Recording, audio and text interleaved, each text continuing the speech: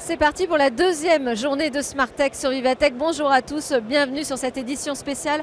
On va regarder plus précisément ce qui se passe autour des outils de conception dans l'automobile, parce que ça bouge énormément, vous vous en doutez, avec notamment les jumeaux numériques qui permettent de se projeter vraiment sur la voiture demain au travers de la ville, son interaction avec le réseau. On va vous expliquer tout ça dans la première séquence.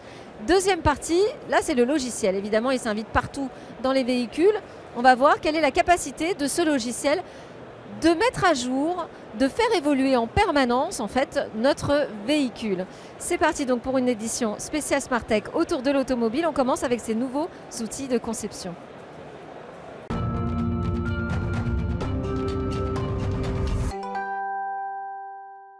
Alors avec moi pour parler de ces nouveaux outils de conception dans l'automobile, Olivier Mougin, bonjour. Bonjour. Alors vous êtes le directeur du programme Product Lifestyle Management. Alors ce programme s'appelle Renolution Virtual Twin. Ah, Voilà. très bien. Voilà. Qu'est-ce qu'il y a derrière? Alors il y a derrière l'outillage de toute la conception de nos voitures chez Renault. La conception d'une voiture, c'est une histoire de 4 ans. Et pendant ces 4 ans, il y a deux parties. La deuxième partie, c'est la partie physique, c'est quand on commence à fabriquer les premiers prototypes et les premiers véhicules dans les usines. Et ça, elle dure 2 ans, mais les 2 premières années de la voiture, la voiture n'existe que par son jumeau virtuel. Hein, et c'est par cette vision numérique qui est la seule représentation de la voiture que toutes les équipes de tous les métiers, l'ingénierie, le costing, les achats, les fournisseurs, la fabrication, travaillent autour d'une représentation numérique du véhicule. Et donc c'est de ça dont on va parler ensemble. Vous n'êtes pas venu seul, vous êtes venu accompagné de Laurence Montanari. Bonjour. Bonjour. Vous êtes vice-présidence transport et mobilité chez Dassault Systèmes et vous faites partie de ces partenaires qui travaillent autour de cette software République pour de nouveaux projets. Notamment on a pu découvrir le concept car Human First Vision qui propose vraiment une nouvelle façon de vivre l'expérience à bord d'un véhicule. Quelle est votre intervention déjà sur ce concept car, sur ce projet? Alors du coup, nous on a fait les jumeaux numériques, les jumeaux virtuels de la voiture, mais pas uniquement. Donc dans le cadre de notre partenariat avec Renault, on a contribué à l'exécution en virtuel d'abord de cette belle voiture avant qu'elle devienne réalité. Et ensuite, on a dressé les jumeaux numériques de différentes parties de l'écosystème dans une approche system engineering pour créer une expérience. Donc jumeaux numériques de la connectivité, en intégrant des données venant de la connectivité d'Orange. Le jumeau numérique de fonctionnement des différentes innovations qui sont dans la voiture, qui ont été décrites dans l'article Human First Vision, avec une visite de la voiture. Et ça permet du coup de créer l'expérience en virtuel au-delà de la voiture. Alors les jumeaux numériques, c'est pas uniquement sur du concept car et pour imaginer la voiture de demain. Aujourd'hui, c'est une réalité sur tous les projets de construction automobile chez Renault? Oui, on le déploie sur tous les projets. Le premier projet qui va démarrer, c'est un projet qu'on a annoncé il y a quelques mois dans la presse qui s'appelle Flexivan, qui va être le premier projet d'application de cette nouvelle mode de conception virtuelle. Hein, et on va déployer ce mode de conception sur l'ensemble des projets de la gamme à partir de maintenant. Voilà. Et dans ce programme, il y a 3 grands piliers. Le premier grand pilier, c'est la robustesse de la conception. L'enjeu, c'est que quand on fabrique les premiers prototypes physiques, les premiers véhicules qui sortent, ils soient le plus robustes possible et que d'un point de vue virtuel, on ait plus validé le plus de choses possible. On a pu faire des crashs, de l'aérodynamisme, on a pu simuler l'usine complète et vérifier qu'on sait fabriquer la voiture, qu'on sait dans les ateliers la réparer, etc. Le deuxième pilier de ce projet, c'est tout l'accompagnement des systèmes et des softwares. Thierry Kamal est venu dans cette instance avec vous. Oui, vous parlez du Software Defined Vehicle. Oui. Software Defined Vehicle. Alors il n'est pas venu, il va venir. Il va venir. Voilà. Donc il vous en parlera mieux que moi. Hein, mais c'est un deuxième pilier très important de notre projet. Et le troisième, c'est la data et la collaboration. Il y a de nombreux métiers, comme je l'ai expliqué tout à l'heure, qui travaillent autour du véhicule pour concevoir l'outil. Chacun de ces métiers, chacun des acteurs doit d'un côté être sûr qu'il retrouve la bonne donnée dans sa bonne version et être sûr aussi qu'il fournit, que l'ensemble de ses collègues vont pouvoir accéder à cette donnée.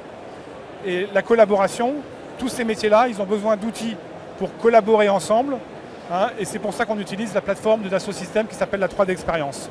Mais Dassault Systèmes n'est pas uniquement spécialisé dans l'automobile. Ça veut dire que ces jumeaux numériques, aujourd'hui, ils intéressent qui? Quel type d'industrie au-delà de l'auto? Alors, on va couvrir toutes les industries du manufacturing, donc pour produire des objets comme la voiture, l'expérience dans les véhicules, donc les pièces physiques, le jumeau virtuel des pièces physiques, mais aussi de software ou des systèmes électroniques pour voir l'expérience. L'usine, pour produire, le jumeau numérique des usines, pour accélérer la mise en production de ces produits. On a un grand secteur qui est l'infrastructure et cities, pour tout ce qui est autour de la ville. Et là, on rejoint Software République avec la mobilité, parce que la mobilité, c'est comment adresser dans un territoire le transport de personnes, de marchandises.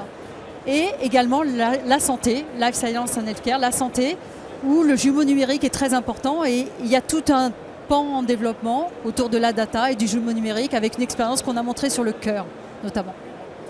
Alors, ça engage quand même un déploiement de technologie assez important de réaliser un jumeau numérique. C'est un gros investissement. Oui, c'est un investissement conséquent. C'est un investissement qui, pour un groupe comme Renault, est de l'ordre de grandeur de l'investissement d'un véhicule. Donc c'est un très grand investissement, mais il faut bien comprendre que pendant ces 4 années de conception, et en particulier les 2 premières années, c'est l'usine de la conception, c'est le jumeau numérique. Et donc c'est à travers la performance de ce jumeau numérique que se fait la performance de toute la conception et qu'on retrouve dans nos produits quelques années plus tard. C'est un investissement important, mais c'est aussi une façon de réduire les coûts sur toute cette phase de conception ou de fabrication? Oui, parce que les prototypes physiques, ça coûte très cher. Et donc plus on est capable de valider le véhicule et le certifier en amont, tant qu'il n'existe que dans le jumeau, quand il n'existe qu'au digital, plus on pourra réduire les coûts de prototypes et de validation physique. Ouais. Et est-ce qu'un jumeau numérique peut fonctionner une fois qu'il est installé? Est-ce qu'il peut fonctionner pour différents modèles de voitures? Ou est-ce qu'il faut à chaque fois tout réinventer finalement? Alors, en fait, justement, l'investissement dans un jumeau virtuel va permettre de regarder les différentes configurations de voitures et différentes configurations d'usage. Et c'est très important quand on va adresser la mobilité avec tout ce qui va être embarqué dans la voiture et tout ce qui va être embarqué dans les infrastructures. Et vous allez pouvoir être capable de simuler l'expérience utilisateur dans différentes cities, dans différents territoires, avec différentes interactions avec l'infrastructure, avec le reste dans l'environnement de la voiture. Et c'est là où le jumeau virtuel a tout son sens, parce que du coup on gagne du temps. C'est plus loin que juste la conception de la voiture au sens classique du terme, avec les aspects de sécurité et de confort. On va jusqu'à, alors c'est un peu ce qu'on voit sur l'écran, on va jusqu'à penser la voiture demain sur la route. Alors, on pense d'abord la voiture avec ses spécifications et après, on va la penser dans son environnement pour l'usage. Et c'est l'expérience. En fait, on passe du jumeau virtuel d'un produit à comment je définis une expérience. Et Olivier parlait de SDV. C'est vrai que ces nouvelles technologies vont nous permettre d'accélérer les évolutions d'expérience qu'on est capable de donner à chacun des citoyens. Alors je voulais vous poser la question aussi au sein des équipes de conception, les designers, oui. Comment est-ce qu'ils apprennent aujourd'hui à travailler avec ce jumeau numérique? C'est tout leur métier, c'est la base de leur métier. On a tous en tête les images de grandes planches à dessin avec des concepteurs qui faisaient sur les plans. Donc ça c'est terminé. Alors ça c'est terminé maintenant depuis au moins 20 ans. Très bien. Il y a eu l'informatique est arrivée par là. L'informatique est arrivée par là et la base du métier de concepteur, c'est le dessin des pièces. Alors peut-être que bientôt il se fera par intelligence artificielle, mais que pour l'instant il se fait. Mais ça a quand même transformé leur métier, l'arrivée de ces jumeaux numériques? Oui, ça a transformé le métier des concepteurs, parce que eux ils conçoivent le jumeau numérique, mais ça a transformé le métier de tous ceux qui exploitent ce jumeau numérique. Par exemple, en réalité virtuelle, du dessin du concepteur, on en fait un objet complètement réaliste, un peu comme on peut voir ici, et puis juger tous les défauts d'aspect et vérifier la qualité perçue tel qu'il peut être, alors que le véhicule n'existe pas. Et puis ça veut dire aussi faire collaborer beaucoup plus de métiers différents, beaucoup plus de personnes au moment de cette conception. Oui, et c'est là où le software et le hardware se réunissent dans un même jumeau virtuel. Et ça, c'est en train d'arriver. Et quand vous parliez des jeunes tout à l'heure, aujourd'hui, ils savent modifier des pièces en numérique. C'est quelque chose qu'ils apprennent. Et il y avait la course en cours il n'y a pas plus tard que 2 semaines. Il y avait des jeunes de collège qui savaient déjà changer des pièces dans une maquette numérique. Donc c'est quelque chose maintenant qui de toute manière, pour ceux qui veulent faire de la technique, du manufacturing, c'est quelque chose qui est normal. Alors sur cette question de la collaboration, est-ce que de nouveaux métiers sont engagés au moment de cette conception du véhicule à travers le jumeau numérique? Est-ce que ça vous permet des collaborations, je ne sais pas, moi, à l'international par exemple, de travailler à distance avec des équipes un peu éparpillées à travers le monde? Un véhicule, c'est des milliers de personnes qui collaborent dans différents métiers. Il faut que celui qui conçoit la pièce, qui dessine la pièce, qui parfois peut être en Inde, et celui qui va dessiner l'usine, qui lui, par exemple, peut être en Espagne. Et avec tout ça coordonné par quelqu'un qui est en France. Ces gens-là, ils ont besoin d'outils pour dialoguer, et ils ont besoin d'outils pour collaborer et s'échanger à la fois des tâches à faire, des tâches à réaliser, ou des problèmes à résoudre, ou des défauts qu'on ne peut pas laisser passer pour le client. Et donc, ça, on répond à ce défi comment? Alors, d'abord, notre solution, elle est dans le cloud. Donc, tout le monde accède à une base unifiée. Et alors, peut-être, je vais laisser Laurence en parler. Laurence, oui. Parce qu'il y a de nombreux outils dans la 3D Experience qui permettent de collaborer. Voilà. Donc, alors, la technologie cloud va permettre d'être évolutive dans le temps. C'est-à-dire qu'on sait que cette technologie, aujourd'hui, on sait simuler une expérience, mais dans 6 mois, il y a encore des nouvelles nouveautés qui arrivent. C'est en évolution permanente et c'est la tech. Donc on n'a pas le choix que d'avoir une évolution permanente de la manière dont on va supporter tous ces jumeaux numériques, la manière dont c'est conçu et quand ils évoluent. Et du coup, la technologie cloud, elle est accessible de différents endroits à travers le monde avec la sécurisation qui a été demandée, validée par Renault et certifiée par des entreprises de certification. Notre cloud of scale permet d'opérer et permet d'être accessible par les équipes Renault à travers le monde pour pouvoir créer justement les projets véhicules pour correspondre aux besoins de leurs projets véhicules, que ce soit pour de la conception de pièces, conception de systèmes électroniques, description des différentes variantes, simulation d'expérience. Donc tout ça est disponible par le cloud et encore plus à venir. Est-ce que vous pouvez nous montrer un peu, ou nous expliquer ce qu'on voit ici, là? Qu'est-ce qui se passe avec ce Virtual Twin Experience, Laurence? Donc on a réussi à synchroniser la technicité qui se passe dans la voiture, qui a été conçue par les équipes Renault et des partenaires, avec le jumeau numérique. Ils sont en real time, synchronisés. Donc du coup, vous allez avoir sur différentes scènes le rendu de la scène, donc comment on peut la juger, on peut juger l'expérience, et vous allez avoir les différentes techniques en dessous qui parlent beaucoup plus au métier de l'ingénieur dans ce cas-là.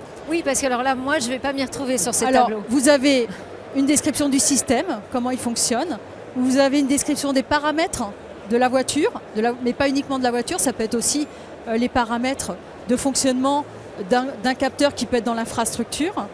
Vous allez avoir de la technicité, là c'est une technicité sur le confort dans l'habitat, comment on est assis, qu'on peut faire bouger. Et si on fait bouger la voiture, on va faire bouger la vignette qui est là. C'est connecté en temps réel. C'est connecté en temps réel. Et on a intégré la voiture, les données d'Orange de communication, les données d'Esté, en fait différents types de données, des données de Thales, des données des partenaires de Software République, pour montrer que cette expérience, c'est les résultats de tout un écosystème dont la voiture, bien sûr, est un élément majeur, puisque pour aller d'un point A à un point B, il faudra toujours une voiture, mais qui permet aussi de modifier l'expérience et de l'améliorer. Oui, parce que qu'est-ce que ça change véritablement pour la mobilité de demain, de passer à cette étape du jumeau numérique, de l'expérience virtualisée? Pour optimiser une mobilité multimodale, pour qu'elle soit fluide, on sait qu'il va falloir organiser différents objets entre eux. Organiser différents objets entre eux d'une manière fluide pour les utilisateurs, ça va passer par des connexions de gens qui ne se parlent pas ensemble. Donc entre des voitures de modèles différents, entre des voitures et puis la route. Le transport public, le transport privé, le transport partagé comme les taxis, les VTC, les micro-mobilités comme les trottinettes, les scooters, le piéton. Et du coup, il va falloir organiser tout ça dans une approche système et il va falloir faire coordonner tous les systèmes qui sont embarqués dans la voiture, développés par les constructeurs auto, en avance et les systèmes débarqués. Ça, c'est une démarche intéressante, mais qui ouvre totalement un constructeur comme Renault à l'ensemble de l'écosystème de la mobilité.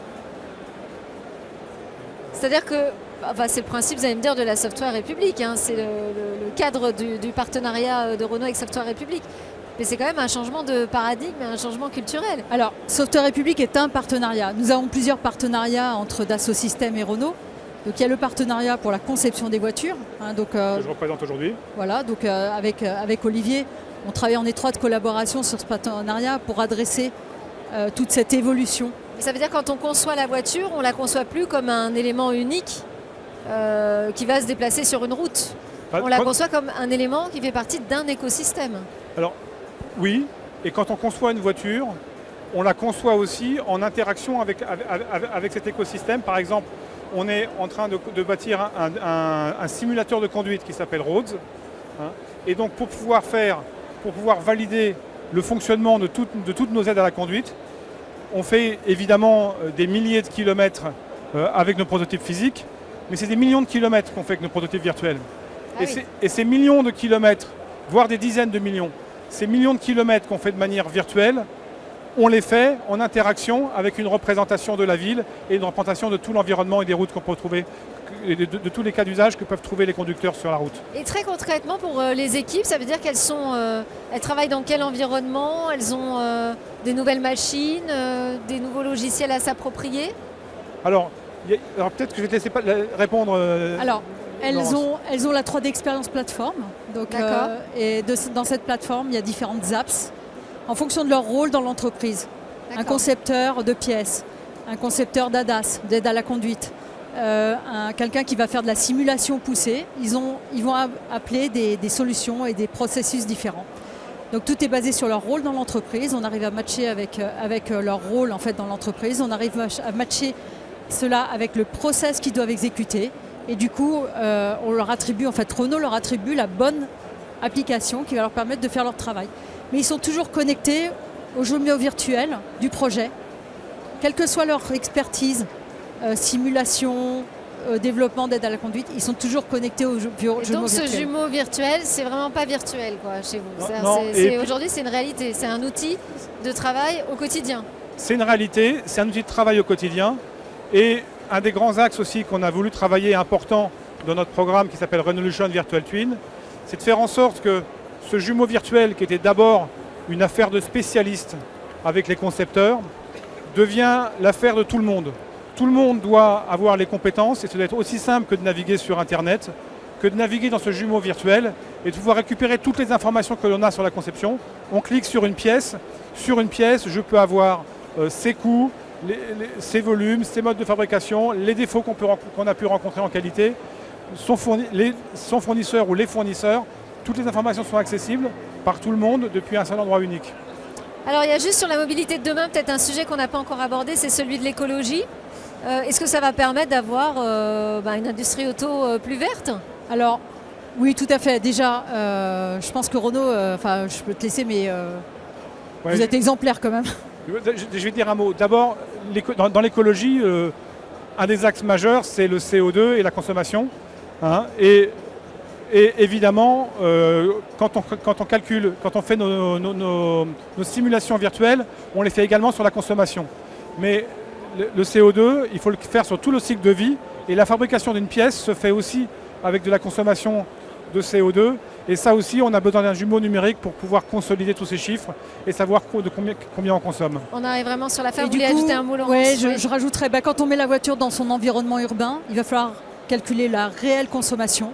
Et là, dans ce cas-là, le jumeau virtuel temps réel va aider à ce fameux calcul du CO2 réel et pas à prendre des moyennes qui ne veulent réellement rien dire. Parfait, merci beaucoup Laurence Montanari, vice-présidente Transport Mobilité Dassault Systèmes, et Olivier Mougin du groupe Renault. Merci à tous les deux pour vos éclairages. On continue avec le Software Defined Vehicle.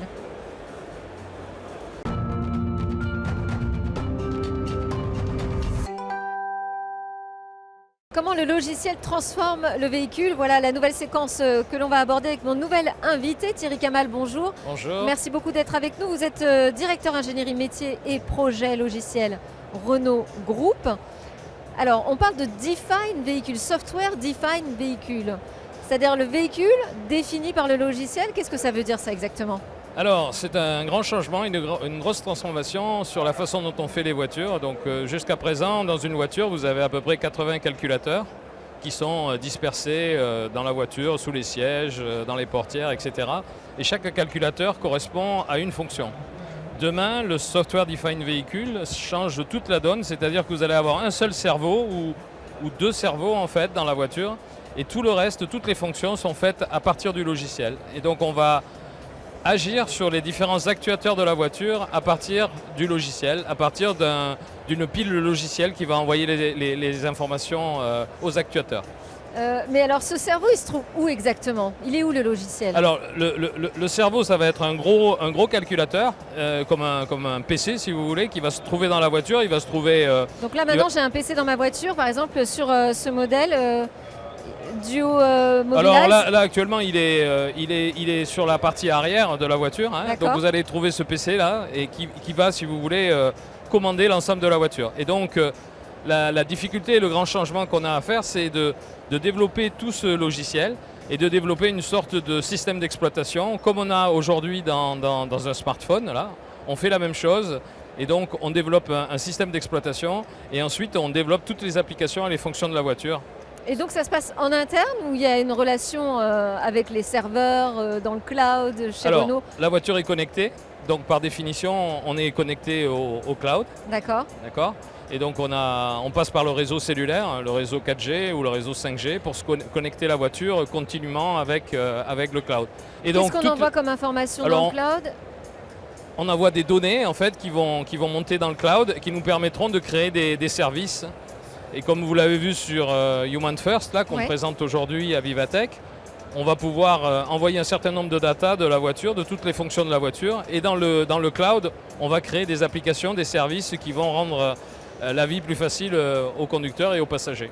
On peut donner des exemples très concrets de nouvelles expériences en fait, qu'on va vivre à bord grâce à l'apparition de ces logiciels dans la voiture? Déjà, vous aurez un exemple de maintenance prédictive, hein, donc maintenance, c'est-à-dire maintenir votre voiture en bon état. Donc vous aurez des informations. En fait, le logiciel surveille en permanence si tout fonctionne bien. Voilà. Et sinon, envoie des signaux. Envoie des signaux dans le cloud. Le cloud, il y a un service qui va vous dire bon, vous avez les pneus qui commencent à s'user, il faudra peut-être les changer. Ouais. Vous allez avoir ce type d'informations qui vont vous prévenir, vous aider en fait à vivre avec votre voiture. D'accord. Donc on va humaniser la voiture aussi. Vous avez vu les applications Human First par exemple, où vous verrez que la voiture va reconnaître, quand vous approchez de la voiture, elle va vous reconnaître et donc elle va vous ouvrir la porte par exemple, toute seule. Voilà un type d'exemple. On aura aussi, vous avez l'exemple encore une fois qui est dans la voiture à côté, là c'est la possibilité, par exemple, quand vous recevez un SMS dans la voiture va détecter où est-ce que le passager est assis et donc vous aurez un message audio dans le siège qui vous dira vous avez un SMS, vous voyez, notre exemple. D'accord. Et alors j'imagine que ça bouleverse quand même pas mal la manière dont on conçoit une voiture quand on intègre des fonctionnalités comme celle-là. Il faut que le logiciel et le hardware fonctionnent bien ensemble. Là. Tout à fait, vous avez raison. Donc il faut refaire toute la partie système de la voiture, c'est-à-dire bien comprendre comment on va réagencer tout ça. Donc encore une fois, on va centraliser tous les calculateurs, donc on diminue les coûts, hein, parce que Renault fait des voitures qui sont accessibles en termes de prix. Donc on va diminuer les coûts quand on intègre la puissance de calcul à un seul endroit. Et bien sûr, il faut développer toute la partie logicielle. Et cette partie logicielle, on le fait avec des partenaires stratégiques en fait, qui nous aident à développer. Avec qui vous le faites ? Alors on fait une partie avec Qualcomm, Qualcomm qui est un fournisseur de semi-conducteurs. Et donc on fait toutes les couches basses, je dirais, du logiciel sont faites avec Qualcomm, en co-développement avec Qualcomm. Ensuite, on fait toute la partie système d'exploitation avec Google Android. Ok. Voilà, donc on fait un partenariat avec Google Android qu'on a déjà mis dans la Mégane E, si vous avez vu la voiture Mégane E sur la partie cockpit. Donc on a cette partie middleware en fait qui vient de Google Android. Et là, on développe ce système d'exploitation pour l'ensemble des fonctions de la voiture. Et enfin, on fait... Alors ça ne veut pas dire que si j'arrive avec un smartphone sous iOS, ça ne va pas fonctionner. Si, ça va fonctionner parce que c'est compatible aussi. C'est deux choses différentes. Mais Là, dans la voiture, vous aurez Android en natif dans la voiture. Ouais. Ce n'est pas au travers du téléphone, ça sera natif dans la voiture. Et on a un partenariat aussi avec Google Cloud qui nous permet, si vous voulez, de créer une sorte de digital twin de la voiture, donc d'avoir la voiture virtuelle dans le cloud. Et comme je vous le disais tout à l'heure, récupérer ces données pour créer tous les services de mobilité ou autres dont vous aurez besoin à partir du cloud. Et, donc un jumeau numérique, si vous voulez, de la voiture. Aujourd'hui, est-ce qu'on parle d'un logiciel ou est-ce qu'on parle de plusieurs solutions amalgamées? Est-ce que c'est quelque chose qui pourrait se standardiser au niveau de l'industrie automobile? Alors le fait que nous ayons pris Android, vous savez, c'est un standard open source. Ouais. Donc l'idée, oui, c'est de standardiser le plus possible et donc d'utiliser l'écosystème Android qui existe aujourd'hui. Comme vous le voyez sur les smartphones, etc. Il y a beaucoup d'applications qui tournent sur Android. Et donc l'idée, c'est de créer un modèle horizontal avec des partenaires de la tech, comme Qualcomm, comme Google. On a aussi Valeo pour la partie hardware. Et donc à partir de là, on fait un système ouvert et on espère qu'on pourra créer un standard à partir de ça. Et donc ça veut dire qu'on pourra le retrouver sur d'autres modèles Renault, mais pas seulement. Ce logiciel, éventuellement, oui. D'abord, en tout cas, c'est l'idée, c'est d'abord Renault, c'est ça l'idée. Ouais. C'est d'ouvrir la solution. Donc ce qu'on fait là, c'est les premières voitures qui seront équipées de ce nouveau système Software Defined Vehicle seront là en 2026. Ce sont des premiers véhicules commerciaux. Donc ils vont servir pour des artisans, pour les livreurs, etc. Donc il y aura des applications business to business. Là où on a vraiment besoin de suivre les flottes. Voilà. Exactement, et le last mile delivery. Maintenant, c'est très important, quoi. Voilà. D'accord. Oui, toutes les applications de last mile delivery, le dernier kilomètre, en fait. Tout ça, bon, on va l'appliquer sur ce premier type de véhicule. Et donc ensuite, vous pensez business model, pas uniquement techno. Ah oui. Ouais. Ah oui, oui. Le but, c'est d'essayer de faire du revenu avec tous ces services et ces applications. Et donc de rajouter un autre business, si vous voulez, au business de la voiture. D'accord. Voilà, c'est ça. Donc vous nous dites 2026, c'est le début vraiment de l'histoire. Voilà. 2026, des là, expériences utilisateurs. on est en train de développer le Software Defined Vehicle. Donc toutes les équipes de Renault et les partenaires travaillent ensemble pour développer. Et donc le premier véhicule sortira en 2026 et ensuite l'ensemble de la gamme sera passé sur cette nouvelle architecture. Mais alors, je ne me rends pas bien compte, mais 2026, c'est beaucoup et pas beaucoup finalement à l'échelle de l'industrie automobile. Ça veut dire que dès maintenant, sur les chaînes de fabrication, on commence à concevoir des véhicules en pensant à cette définition par le logiciel? Pas tout à fait. On a besoin, 2026, on a à peu près, fin 2025, on aura fini le logiciel. D'accord. On pourra mettre ça dans les voitures et commencer à valider les premières voitures qui sortent en 2026. D'accord. Bon, c'est quand même un futur proche tout ça. Voilà. Donc la voiture définie par le logiciel. Merci beaucoup de nous avoir expliqué tout ça. Je rappelle, Thierry Kamal, que vous êtes le responsable ingénierie au groupe Renault. Merci beaucoup. Merci.